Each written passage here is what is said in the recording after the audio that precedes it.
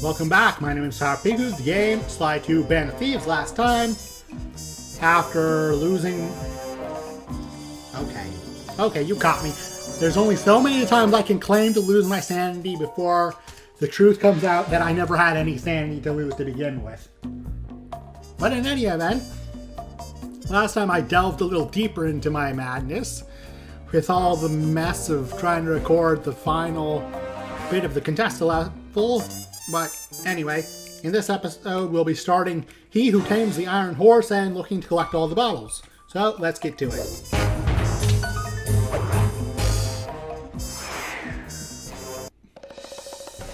Following the trail of spice shipments, we made our way up to Nunavut Bay, Canada, the secret hub of Jean Bisson's shipping empire. As a young man, he trekked across Canada to strike it rich during the gold rush of 1852. An avid prospector, he took some chances and ended up buried alive in an avalanche.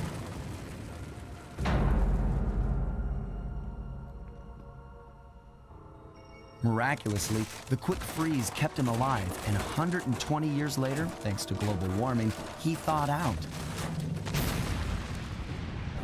A product of his time, he dreams of taming the wild north, damming every river and chopping down all the trees, with progress delivered at the sharp end of an axe. Shipping spice for the Claw Gang proved a lucrative way to bankroll his one-man war against nature. And yet, I have to feel a little sorry for him. He's just a normal guy from the 1850s. Back in his day, he'd be a hero, but today, he's a villain. Either way, that man's got more than his fair share of the clockwork parts. What a low-tech guy like Jean Bisson is doing with robot parts is a mystery. I almost don't want to know. But as always, it's only a matter of time before I find out. Sly Cooper and the gang in He Who Tames the Iron Horse.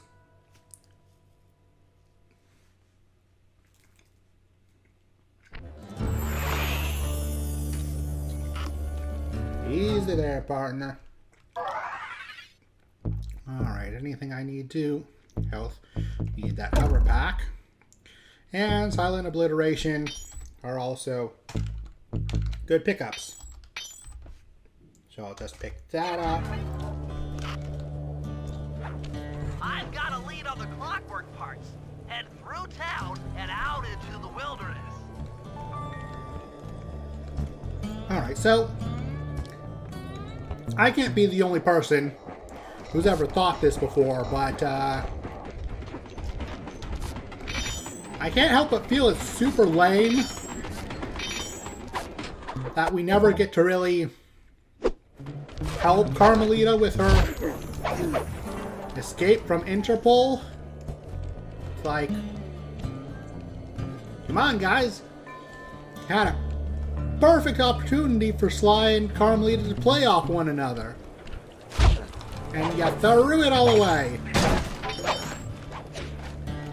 That's the stuff that makes me kind of sad. You know what else makes me sad? When I can't get on the pipe.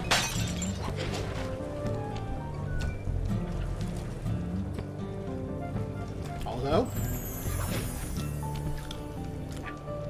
since I haven't really eaten all day, I'm trying to eat a little sandwich while recording. So if I pause, it's probably for a little bit. It's probably because I'm just chewing, so. And try not to let it get caught on the microphone, because that's rude or something.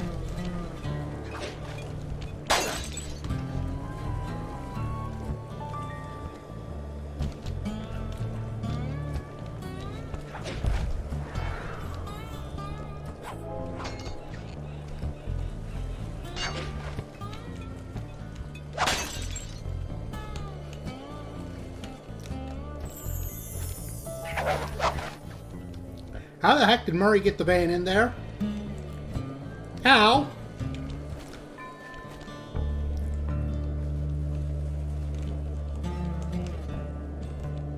I never noticed that before. How the heck he did...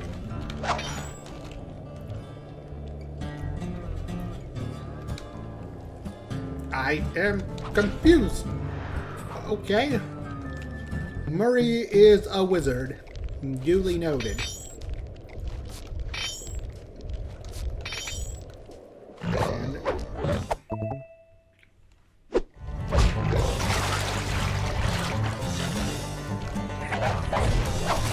yeah, into the... Well, thank you for your trouble, sir. I got your ruby at least. I hate these little... I hate those wall hooks so much. Never as reliable as you want them to be. Speaking of things that are never as reliable as you want them to be...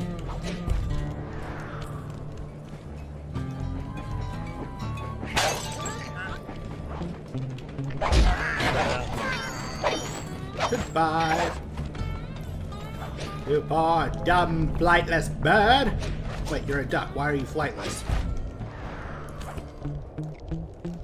Answer me, video game. Why cannot the duck fly?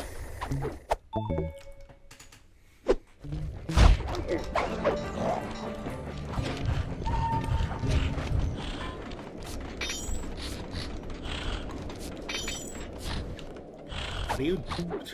Huh? Oh, whatever.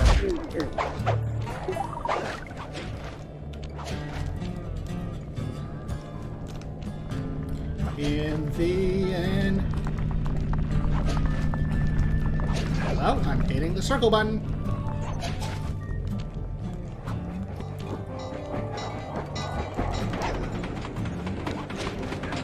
I missed.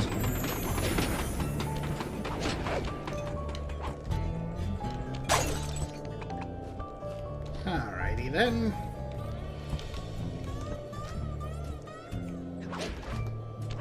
So, there you go.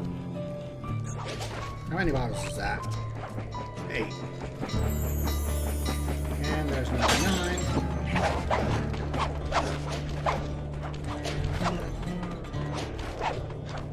Okay, what's going on? Finally! Big googly moogly.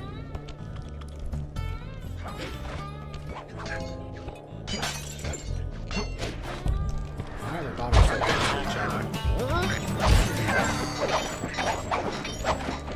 Hey. This is a decently sized level. Why are their bottles like right on top of each other?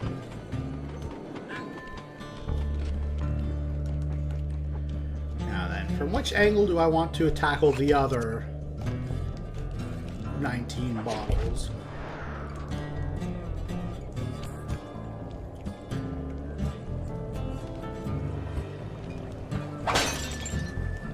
Guess I'll start from here.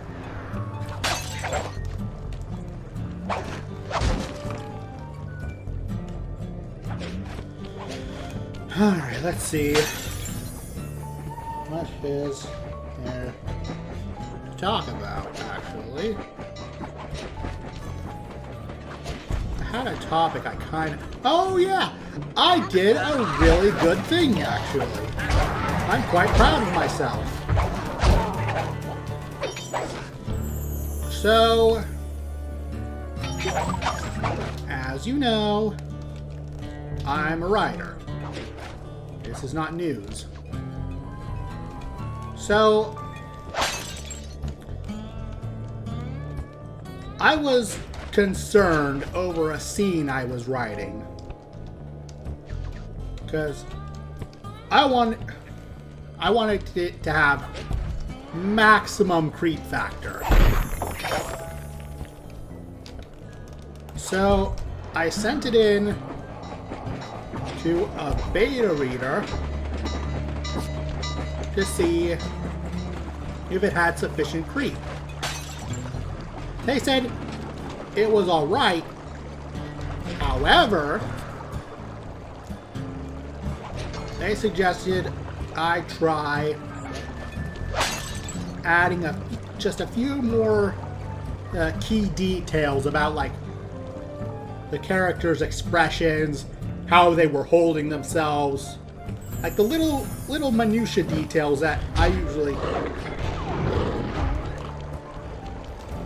Oops. tend to skip because, well, because I'm an awful writer who finds the little nitty-gritty a little bit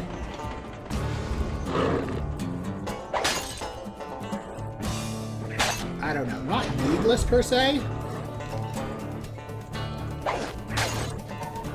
Just kinda... When I write, I'm afraid of going overboard on the... How do I explain this without sounding like a complete idiot?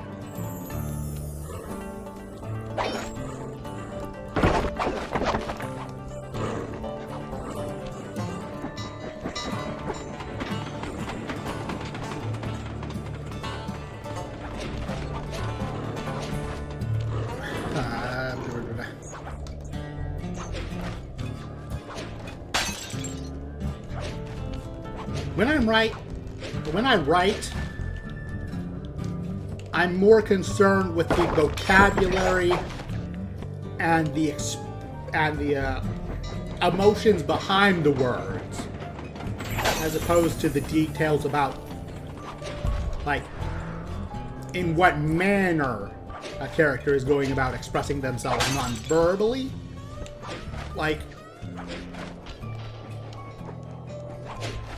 it's not uncommon that I write something like, so-and-so remarked with seething hatred, her eyes trying to burn holes in the other person. But I don't really describe anything else about the conversation. I'm not like, they were in each other's faces, they were... their hands were like, I don't describe if their hands were like on their hips or whatever. So they suggested I talk about that stuff a little bit more too, and I'm happy to report my readers really enjoyed it. So I'm going to try and make that something that's more common in my writing. Still don't understand why these ropes are here. So, I made the modifications, posted the chapter, everyone loved it. They thought the creep scene was excellent. They thought it was just great. And I'm happy. I like it when my readers enjoy what I'm writing, and I'm glad that the extra effort was noticed and paid off. So, I'll be doing it more often in the future. Oh dear. It is not uncommon to accidentally drown there. Anyway.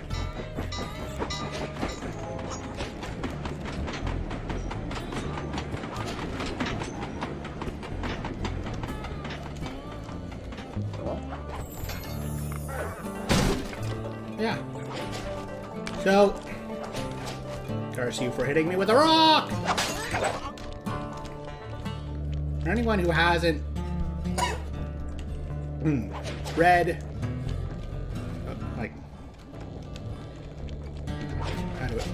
there'll be a link in the description below to the chapter. Maybe I should just link the story itself. No, that would make too much sense. How do I want to go about this? I'll just link the writing account that has the story in it. Because there's a lot of context that goes into the freak out scene. That's important. If you want to really feel the full impact.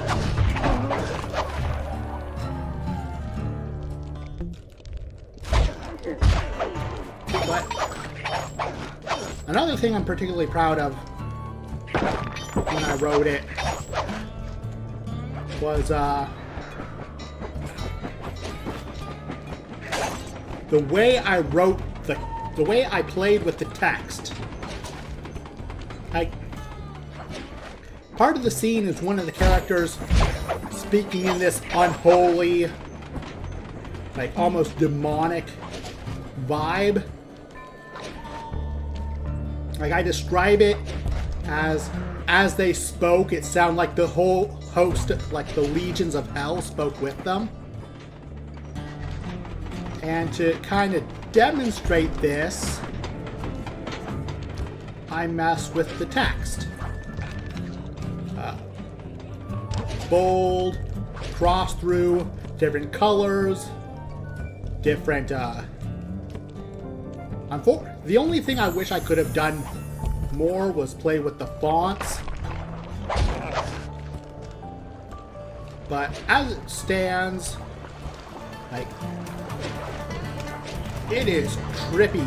Well, I think it's pretty. I think it's pretty. Hello? I think it is pretty effectively gets across that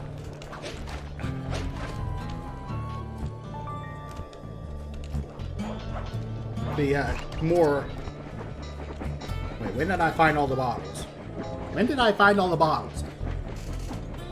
It didn't even take me 16 minutes. Anyway. Since I have so much time, let's get started with the mission. But, yeah, it turned out, like, you have to see it. That cabin may seem rustic, but don't be fooled. It's the control center for Jean Bison's trade empire. Sneak inside and raid his files. You're sure to find out where he keeps his clockwork parts. Ransacking his files doesn't sound hard. Now, climbing up a sheer rock wall, that'll be a challenge. You're in luck. Before Jean Bisson took over, this used to be a popular destination for rock climbers. Some of their old wall hooks are still around. I'm guessing I just jump and hit the circle button to latch on. That's right. And remember to lean back before you spring off the hook. You'll get more altitude. Thanks for the tip. I'll give it a try. Yep. How do I climb up using these wall hooks that I've been using? He says as he fails the wall hook. Oh well. Jackpot, Sly. That's Jean Bisson. Looks like he didn't notice me come in. Just stay out of sight and take a picture of each of his trade routes. They should narrow our search for his share of the clockwork parts. All right, I'm on it. Hello, Arpeggio here. Salutations, Mr. Arpeggio. Y'all got time to shoot the breeze? Of course, for you, chum, always. Although must we communicate through that dreadful speakerphone? Yeah, I can think better while my legs move. Pumps blood to your brain. Yes, of course. One must keep blood in one's brain. But do tell, is there some pressing matter you'd like to discuss?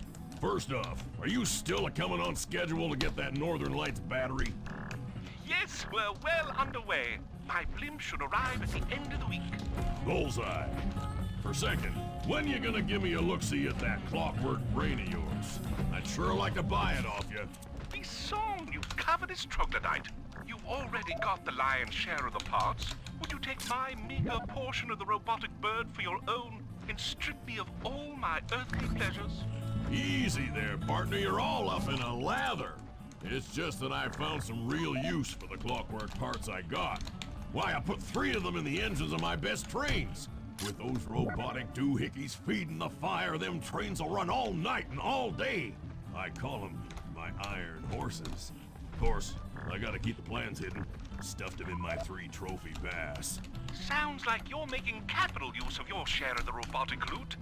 But for now, the clockwork brain stays with me on the blimp. Although, when I arrive to pick up the Northern Lights battery, I might be persuaded to give you a peek. That'll do fine. By the way, you ready to giddy up into Perry for the final hoedown? Yes, the blimp's hypnotist wavelengths conform to the specs drawn up by the Contessa, and Dmitri, before his unfashionable capture, did a bang-up job of distributing spice through his nightclub. Sounds like all you're missing is some Northern Light electricity. You're correct, sir. Yours is the final piece to the puzzle, the missing link. Once the battery is aboard, nothing will stand in the Claw Gang's way. Paris will be ours. Yeah, okay. So, I guess I'll be seeing you at the end of the week. Right. Farewell, Bisson. Stiff upper lip. Ta-ta.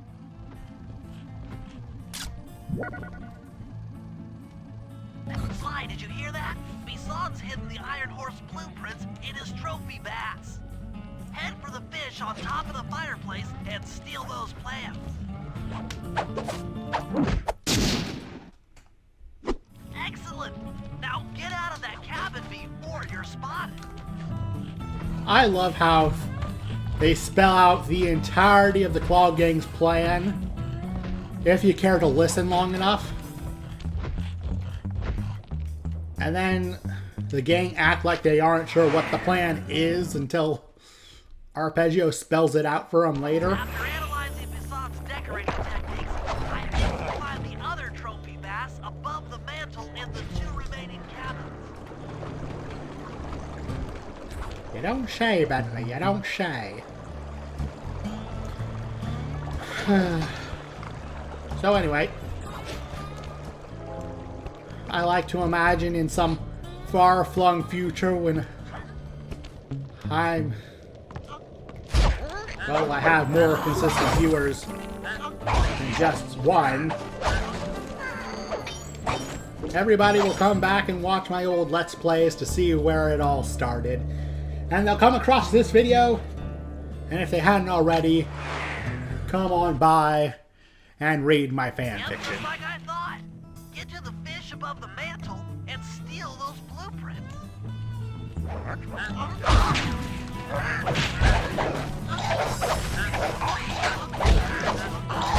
You aren't beating me, ducks! Ow.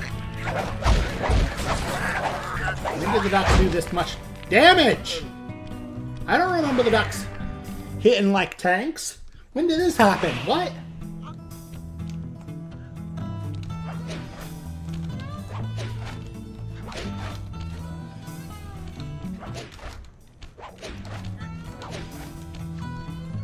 Okay, camera, work with me here.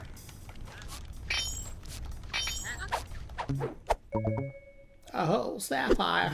Oh my god, gumdrops. Come on, video game.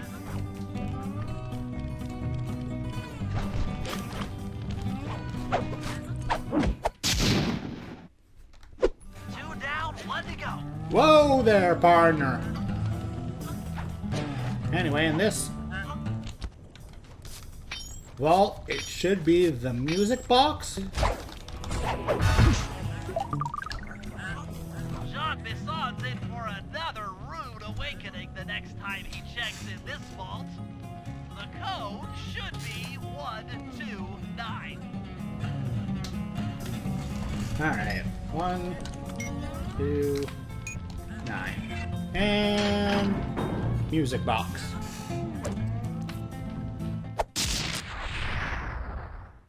You got the music box!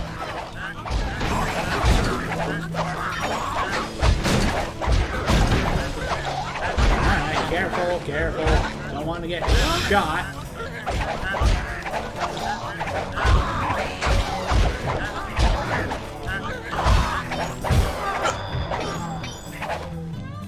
Alright, no more military grade snowballs from these losers.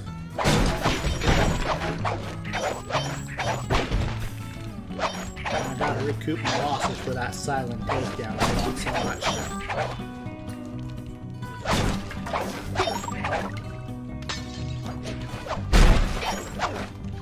Oh, come on. I saw that chair. You didn't give me nothing.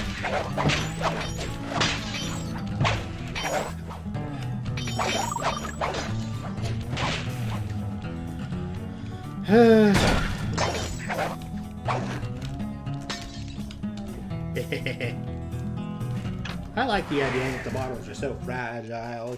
You can step on them and they shatter!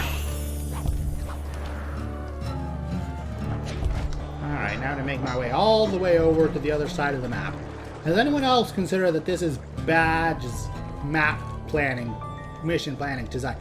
Like, if the mission started over that cabin, over there, or that cabin, would have made sense. You just hit the middle one and then you go to the next one. That would be reasonable planning. Instead, you have to go middle to one side and then all the way across the map to the other. I mean, it's not terribly egregious, since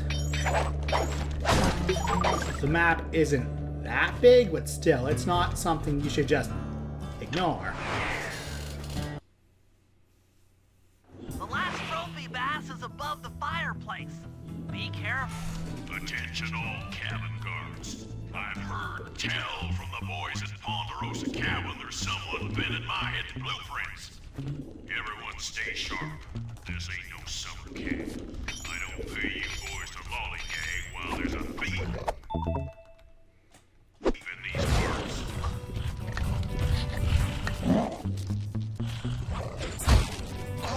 Ow. No, don't get Venakicon mode. Ow.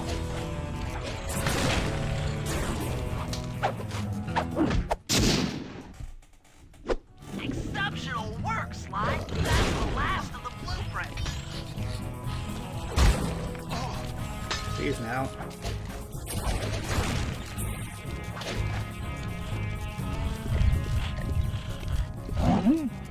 Leave me alone. Let me rob you. I see so many shinies.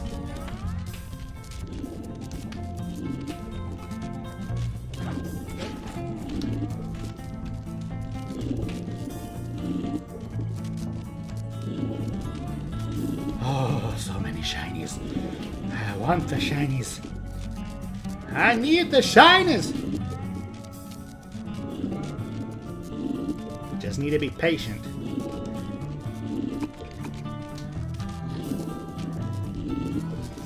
Come on, you two.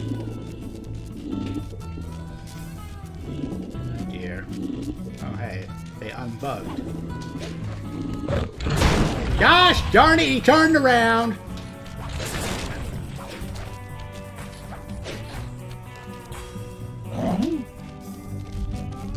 Why did you have to turn around?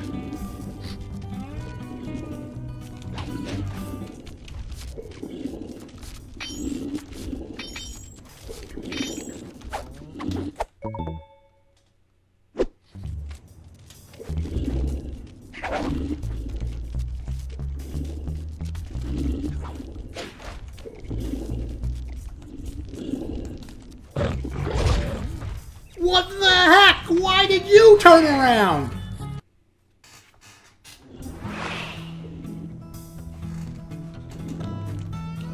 Wait. Did I get the fish? Do I still have the fish? No, I do not have the fish.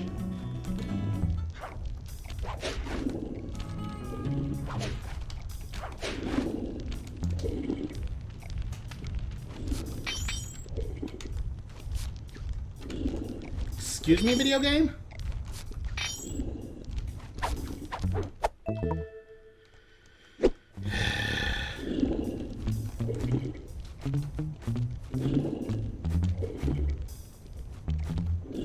I do not appreciate what you are insinuating is happening here, game.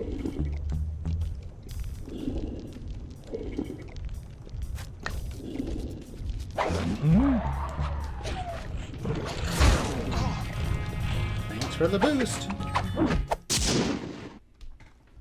Exceptional work, Sly. That's the last of the blueprints.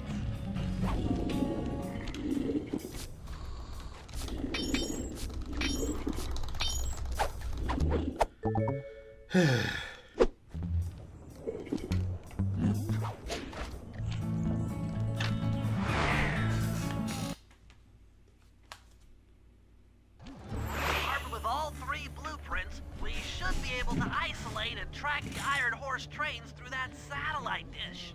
Top of the mountain, huh? Shouldn't take long. Yep, shouldn't take long at all. I even got some special gauge back.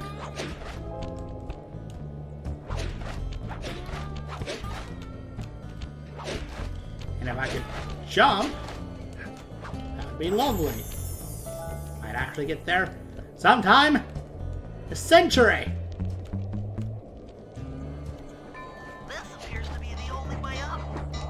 Keep an eye out for those rock climber wall hooks. They might be useful. Actually, if this is the only way up, then how did the I suppose he could have used helicopters in crud, but is this thing battery powered or what? This is great. We've got total access to the train's GPS system. It's all on my computer. Head back to the safe house. I'll crunch some numbers and give you and Murray the rundown.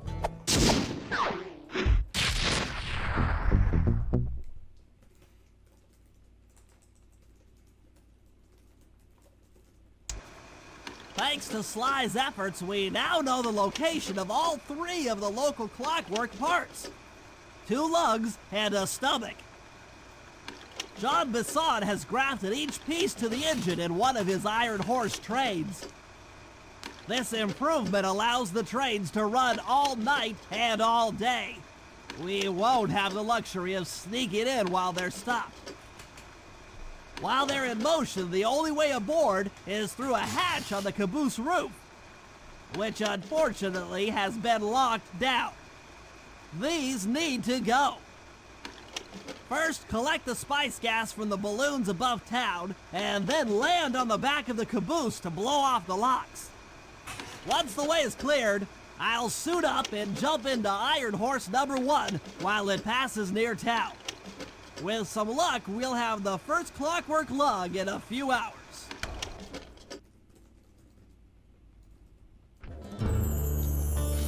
Alright, so that went a little longer than I anticipated. That's not egregiously so.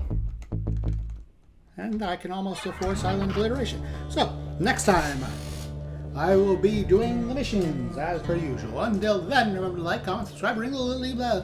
And if you'd be so kind, get off my lawn, you filthy casuals.